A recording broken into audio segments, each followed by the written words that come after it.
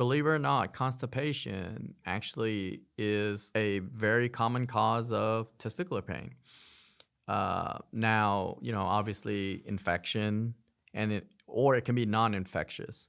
So you can have infectious, diseases like a UTI or an STD that can cause pain in the testicle. And usually with that, obviously you treat it with antibiotics and you test a culture and all that.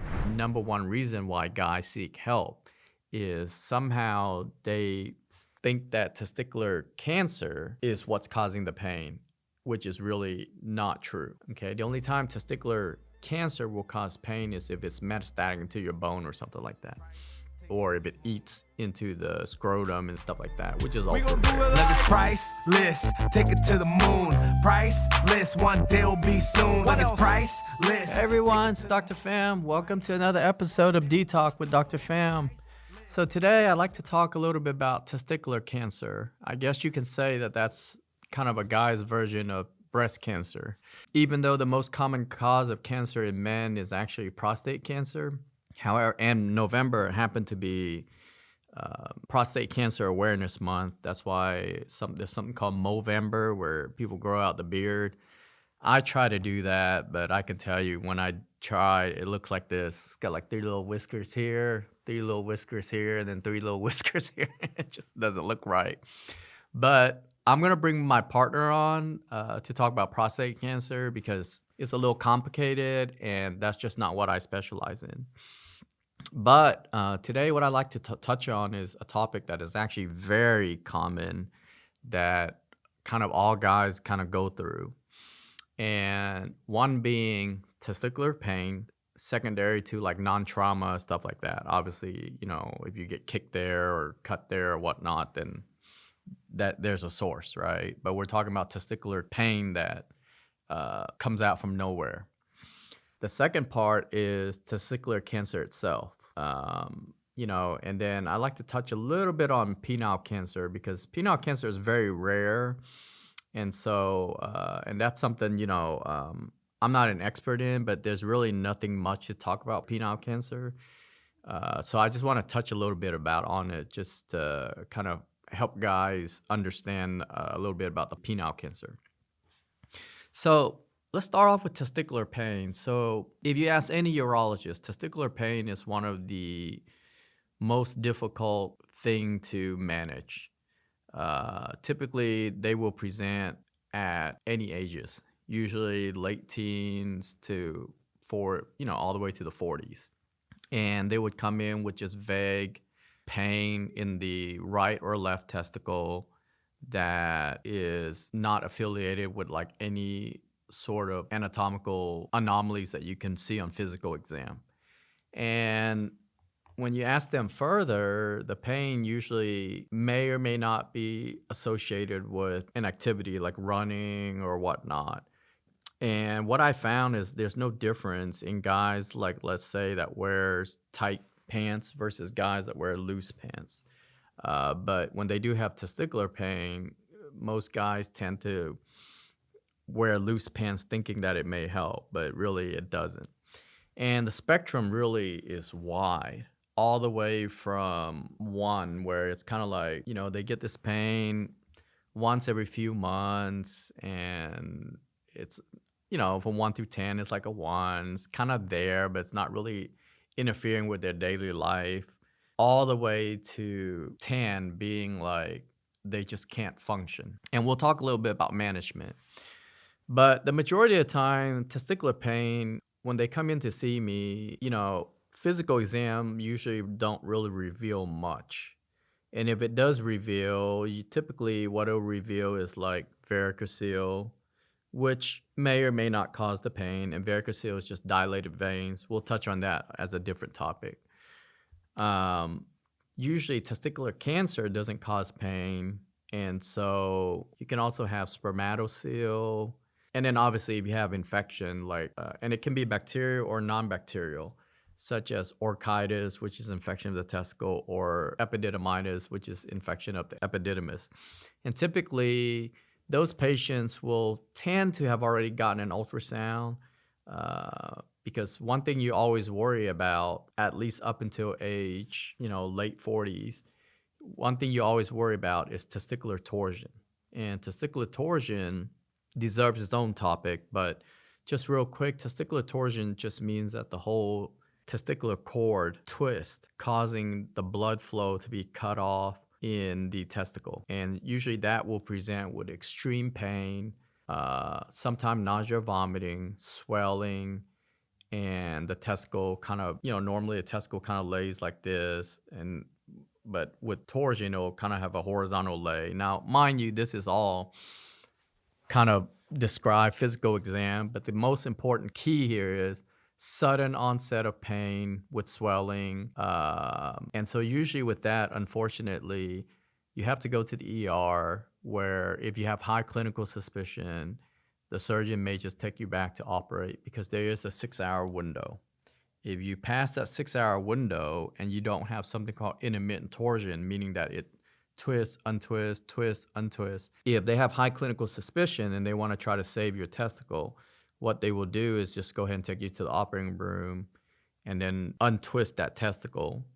And then they put 3 permanent stitches in on both sides, because if you have testicular torsion on one side, you will have an increased incidence of testicular torsion on the other side. And so that's, unfortunately, and usually it's in the late teenage years that you have your highest incidence, but it can occur at any time. So whenever, the unfortunate thing about testicular pain and swelling is that really the only way to prove that it's not testicular torsion, which is one of the rare urologic emergency, you just unfortunately have to go to the nearest ER where they can ultrasound you, and also have a surgeon that can operate on you. The problem we run into, and we've seen this studies after studies, that one of the main factor for salvaging testicular torsion is because the patient somehow is under 18, and so the urologist on call doesn't quote unquote see children, even though when you finish your urology residency, you're technically board certified in adult and children urology. What I have is just a subspecialty board that just says that I did an additional 2 years, and very few program where it's 3 years, like Harvard, if it's still doing 3 years, where basically you just did additional training in children. But testicular torsion is one of those that the transfer is probably the highest predictor of ability to salvage that testicle. So meaning that if a patient showed up to the ER and let's say they're 10 and the urologist on call is like, well, they're 10, I don't feel comfortable doing it. I mean, come on, guys. Like, you've seen these 10 years old. I mean, they're bigger than me. And seriously, for the sake of the patient, just operate on them, because you know how long it takes to transfer. And by the time you transfer, that's going to be more than 6 hours, and that testicle is gone. And so my recommendation is, if you're ever stuck in that situation and you have a patient that's under 18, talk to the urologist and go, please, if we try to transfer, the likelihood of salvage is going to be decreased. And we know this. And also one of the factors that increases the ability to salvage is, once again, like I always talk in my previous episode, guys tend to not want to talk about this until it's too bad. So what I mean by that is, they'll have the pain, they'll take some Motrin until they just can't take it anymore. And then by that time, you're like 6-7 hours into it. So the ability to salvage it is going to be very low. And so, and there's 2 types of testicular torsion, but I'm referring to the one where it's not the perineonatal one, and that one deserves its own topic. So I'm focusing mainly on the common things that cause testicular pain. Now, testicular torsion is actually not the most common thing that causes testicular pain. The most common thing that causes testicular pain is actually idiopathic. And idiopathic means that when we do imaging or anything like that, we just can't find a cause on physical exam or on imaging. Now, obviously, we know that you get the pain because of the nerves, right? So something's irritating the nerves. And so one of the issue with the human body and evolution is that if you close your eyes and you touch if you touch my finger, I will know which finger you're touching and all that. However, once you get inside the body, your brain really has a very tough time differentiating what's coming from what. And what I mean with that is, for instance, constipation. If you have constipation, that can lead to testicular pain. But that's because your body can't differentiate, is that pain coming from the constipation or is it coming from the testicle? It's just the pain will be wherever the general area is. Hence, we have imaging.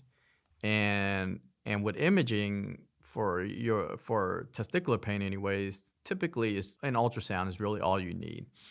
But yeah, believe it or not, constipation actually is a very common cause of testicular pain. Now, obviously infection or it can be non-infectious. So you can have infectious, diseases like a UTI or an STD that can cause pain in the testicle. And usually with that, obviously you treat it with antibiotics and you test a culture and all that. So usually if it's a young sexually active male who comes in with scrotal swelling and you ruled out testicular torsion, then typically what we do is we just treat them for the most common things, which is really chlamydia, gonorrhea, and then after they have a urine test now, so you actually don't need to swab the urethra, which is, I personally never had it done, but I know it can be painful. And so, and then obviously if it's positive, you need to notify your partners, and then certain diseases we do have to report to the state. And so I read an article the other day that just kind of talked about kind of an increase in these STDs. So it's a little bit alarming, but thank goodness we do have treatments for it.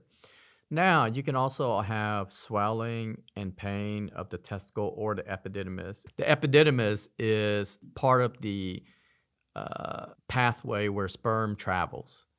And so, you can get infection or non-infectious. So, you can get reflux of urine that goes back into the testicle or the epididymis, causing the inflammation. Now, there's also a structure on the testicle or the epididymis called the testes appendix, or kind of like the appendix in the body. And the testicle can have its own appendix too. And when those twist, they give you the same exact symptoms as testicular torsion. And the only way to rule it out, unfortunately, is same thing. You got to go to the ER, get it imaged, and because the management's totally different, right? Testicular torsion, surgery. Torsion of the testes appendix or, of the epididymis or the testicle, management is just Motrin and ice if needed, and then it'll just go away. That's why a lot of times when we do testicular surgery, if we do see these appendages, we cut them off. We don't really know what the function is for the appendages. Maybe millions of years ago it had some sort of function. Right now, we don't really know what the function is, okay? So another cause of pain could be something called retractile testicle or a hyperreactive cremasteric muscle. Now, that's not very common, but what that is, every guy has cremasteric muscle, which is the muscle that kind of surrounds the blood supply and the vas deferens, the tube that transports sperm to the testicle. So sometimes the cremasteric muscle can be hyperactive, causing the testicle to be pulled up, and then that can translate into pain also.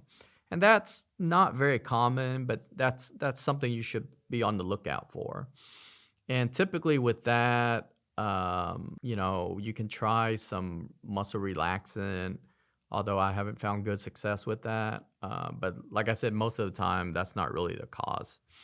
But since we're on the topic of the hypercremasteric muscle, there's an entity called retractile testicle, meaning that the testicle before puberty tends to keep riding high. So what I mean by that is guys or children when they're nervous, taking a bath, uh, and the water's cold, or they're getting a physical exam, the testicle gets pulled up.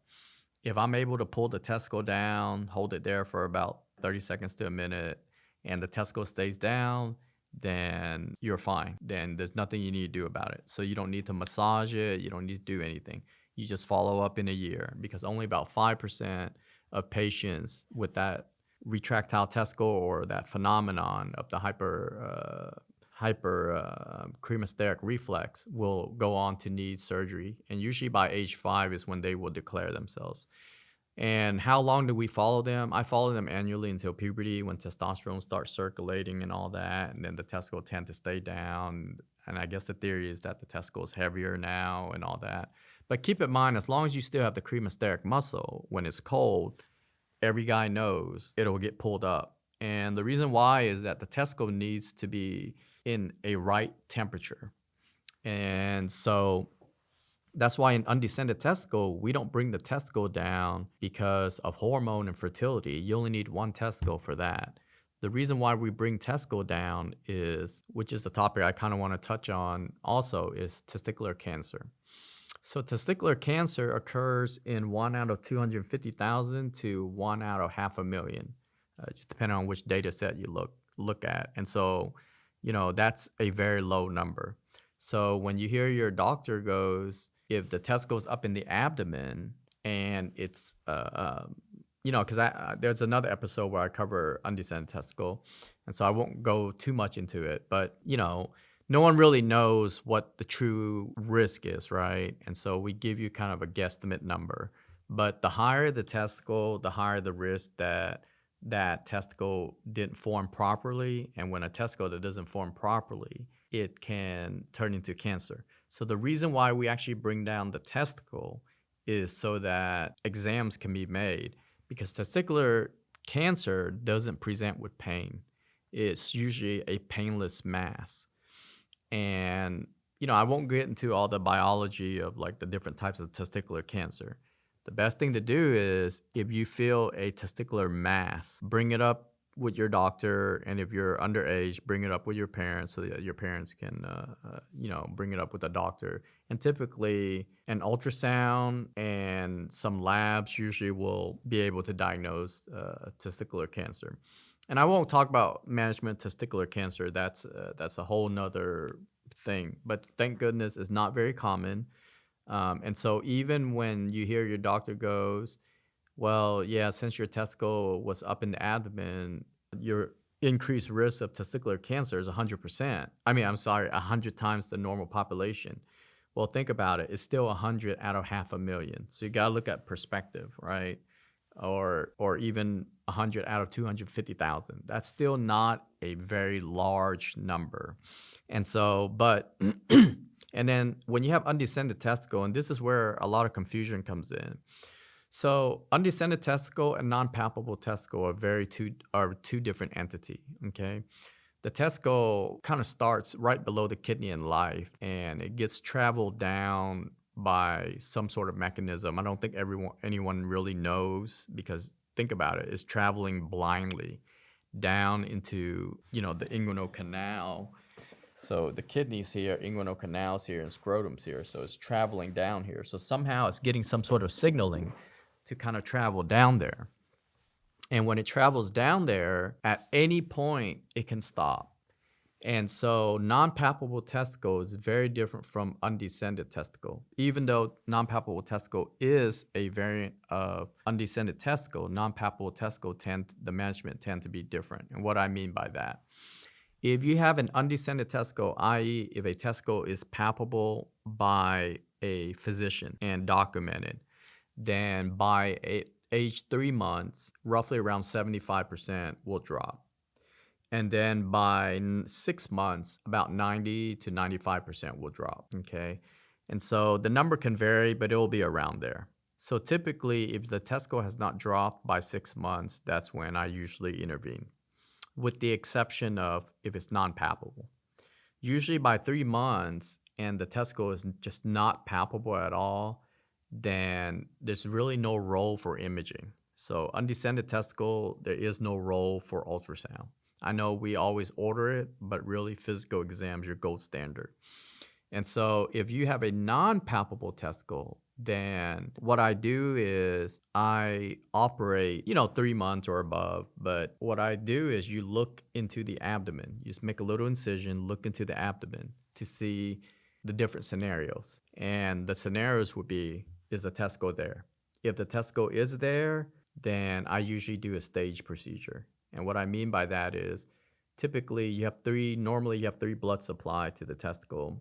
In the abdomen, I'm not sure if you really have three. You probably mainly have two. But the main blood supply that testicle is going to depend on is the blood supply to the vas deferens. And so you would need to do a stage procedure. And why? Because because what's going to hold up that testicle is actually going to be the blood vessel itself, the main blood vessel. So if you cut off that blood vessel, which you have to in order for you to bring it down, if you try to cut off that blood vessel and then you free up the vas deferens, which is the tube that transports sperm, but it's also one of the blood vessels that travels with it, supplies the testicle. If you try to bring it down, your success rate is probably going to be around 50%.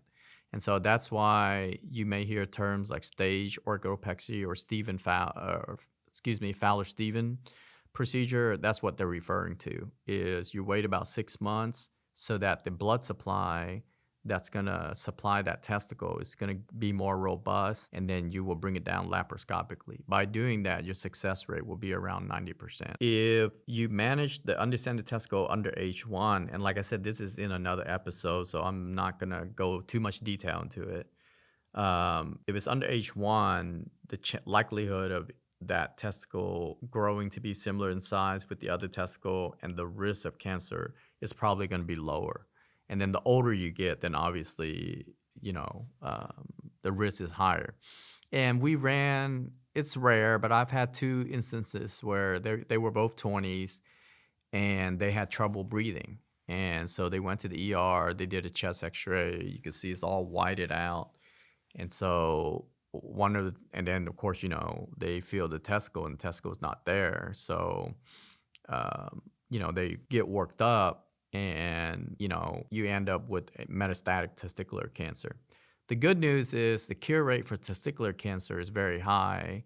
And I won't talk too much about testicular cancer's management right now. This is more of testicular pain. But keep in mind that testicular cancer doesn't cause pain, okay?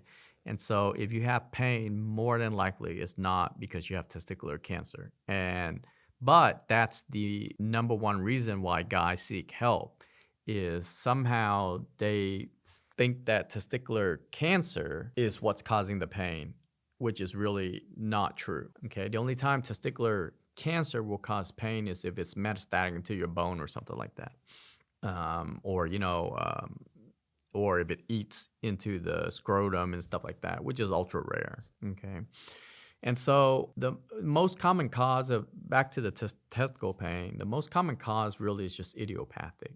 And most patients, when we work them up, really all we're trying to do is make sure that it's not something that we can correct. Because even if you have varicocele, if I were to correct your varicocele, and varicocele is kind of like varicose vein, the theory is that there's a defect in the dilated veins. And typically the varicocele will be on the be on the left side. If you have a varicocele on the right side, sometimes I may get an ultrasound or an MRI or a CAT scan, just depending on the age and stuff, because it just has to do with blood flow. But varicocele on the right side can be associated with tumor that's obstructing the veins. And so if you have a varicocele on the right side, then I tend to be a little bit more conservative and just make sure it's not really due to some sort of kidney cancer or whatnot. But typically, varicocele will occur mostly on the on the left side. And varicocele, just real quick, is just like I said, the theory is that when blood gets pumped, it goes into the artery, and then the artery, the blood has to get brought back through the veins. And so if the veins doesn't have valves that work very well, the blood would just pull. And so criteria to operate would be one, testicular shrinkage. And that brings back to the previous point I brought where the testicle needs to be in a lower degree area. And so when you have blood that surrounds that testicle constantly, it's going to cause heat, and heat can cause the testicle to shrink. So that's one. Two, infertility. And that's it's very controversial in a sense that you only need one testicle to have fertility and hormones. So what I mean by that is patients that have, and we have a lot of data to show this, patients that have one testicle, their fertility rate is no different than guys that have two testicle. And it makes sense, right? Because if you have two testicle and you're having infertility, then whatever that's causing that infertility that's damaging the testicle is probably not going to be restricted to one testicle. It's going to damage both testicle, right? And so if you really think about it, kind of just common sense. But however, if you do have varicocele and, traditional thinking is 50% of infertility is due to female side, 50% is due to the male side. And so if you're, have infertility and the only cause that can be found is the varicocele, well, then I don't think it hurts to fix the varicocele and then see if that possibly can help with the fertility rate. But like I said, the data is very controversial on that. And the only way is when you're actually trying to conceive. I don't, as criteria to operate in patients, unless they're trying to conceive, the only criteria I use is if it causes severe pain or if the testicle shrinkage is around 30% or more.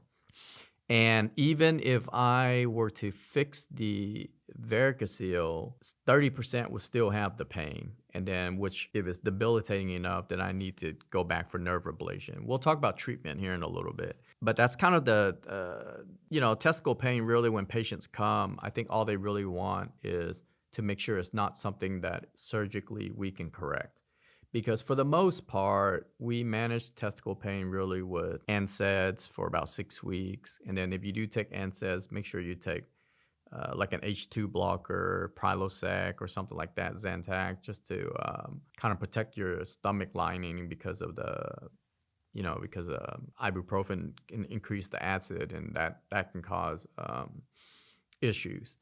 And so, and then now there's a lot of other causes of testicle pain, but those really are your common, and the rest are really kind of more unicorn. And so, but like I said, it really all boils down to, is the pain debilitating in terms of treatment? Is the pain debilitating to the point where you need treatment? Or, and really guys just want to know, is there anything anatomical that needs to be corrected? And I can tell you 90% of guys really end up needing no treatment.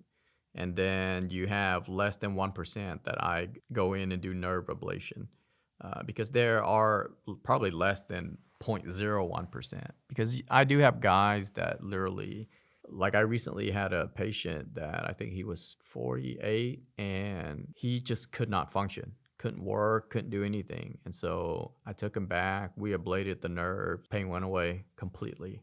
So basically you're ablating their sensation nerves. And so, but that's very rare and you really need to document all that.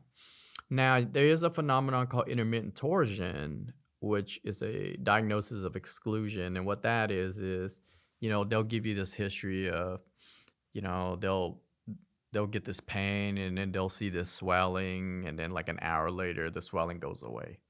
And so, there's no way to prove intermittent testicular torsion without having the ultrasound done right at the moment that they tors, right? And so, that's just something you have to counsel the patient carefully and tell them, listen, it's a diagnosis of exclusion. If we can't find anything else, but this pain is really bothering you and you're kind of fitting the scenario of this intermittent torsion where I get this swelling and then it goes away, well, then I think it's worth operating to where you put 3 stitches in to kind of prevent it from twisting.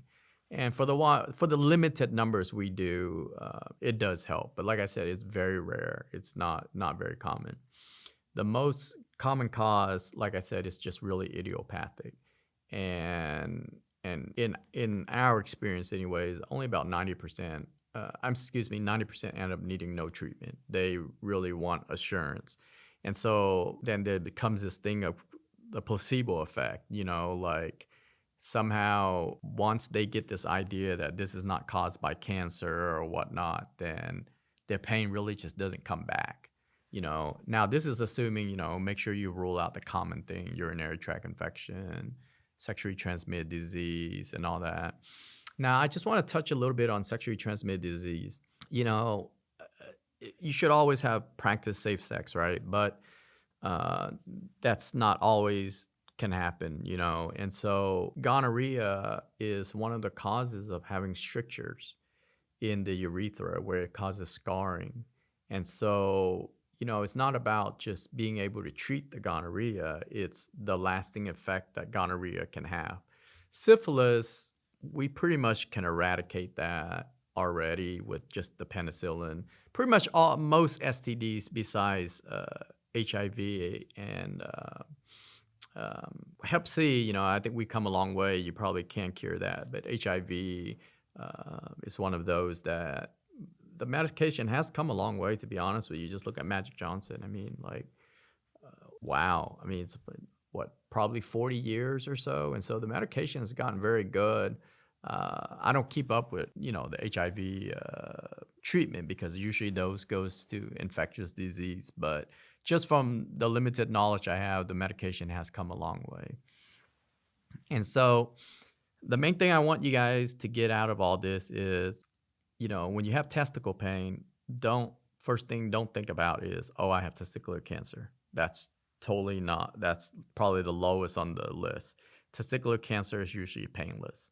When you have testicle pain, it can happen randomly with no explanation whatsoever. Like it just happens.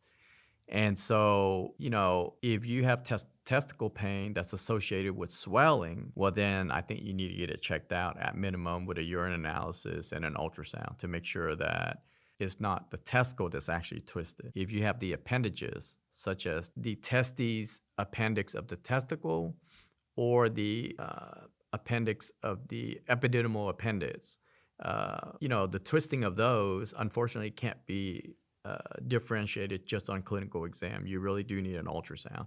And with those, the management is no surgery, Motrin, ice. And then I'm just going to touch a little bit on penile cancer. So, and I had an episode that talked about circumcision. Really what it boils down to is, yes, there is some benefit to circumcision, but really the biggest factor is parental decision and patient choice. Testicular cancer is very rare, and it seems to only occur in patients that are uncircumcised. And I think that has more to do with hygiene. And what do I mean by that? If you don't constantly pull back and clean, you're gonna get constant inflammation, dysplasia, and eventually that will turn into cancer. And so I think if you're uncircumcised, but you pull it back and clean it, then I think you will be fine. I don't think you need to run out and get a circumcision to try to prevent testicular cancer. To try to prevent penile cancer. So hopefully that helps, help guys kind of understand a little bit more about testicle pain. And I'm going to leave you guys with this. Just like with the nice thing about testicular cancer is, unlike mammogram, where the tissue is so dense that you need like a mammogram, testicle cancer, on the other hand, just examine your testicle once a month, guys. That's all you have to do. You're in the shower, feel it. If you start to feel like a little marble or anything like that, go see your doctor. And, and then your doctor, the workup is very easy. And so I won't talk about the surgery for it because that probably deserves its own topic. But with the next episode, I do, since it is November, which is Prostate Cancer Awareness Month, I want to bring my partner in who specializes in prostate cancer, where he can kind of answer that a little bit more. All right. So if you guys find this helpful, subscribe and, give me feedback. If you want, if you guys do want a topic that, that you want me to discuss, you can find us on Facebook or whatnot. You can always send a message and the producers will send it to me to let me know if there's a specific topic that you'd like me to discuss. All right. So this is Dr. Pham signing off on another awesome episode of D-Talk with Dr. Pham. We gon' do it like it's priceless. Take it to the moon. Priceless. One day will be soon. Like it's priceless.